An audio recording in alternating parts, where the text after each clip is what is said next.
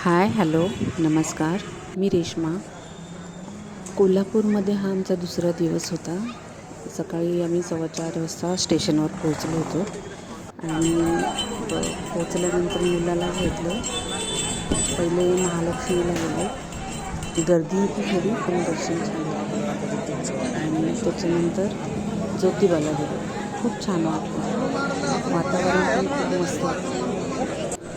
महालक्ष्मीचं दर्शन घेतल्यानंतर आम्ही अन्नछत्रामध्ये गेलो. अन्नछत्रामध्ये एकादशी असल्यामुळे फराळाचं पण घेतलं आणि वरईचं भात आणि आमटी आणि तिघांनी पण तिथे फराळ केली आणि त्याच्यानंतर ज्योतिबाला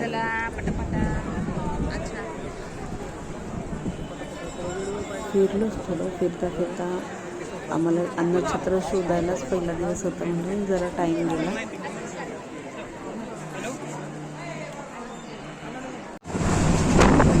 हे आहे ज्योतिबाला. वरती जाताना घाटामध्ये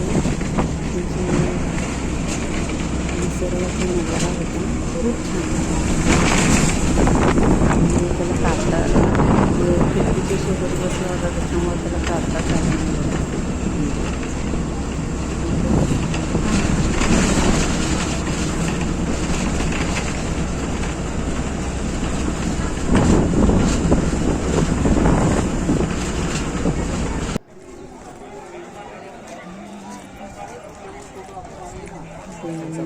दक्कनच्या राजाला पोहोचलो होतो.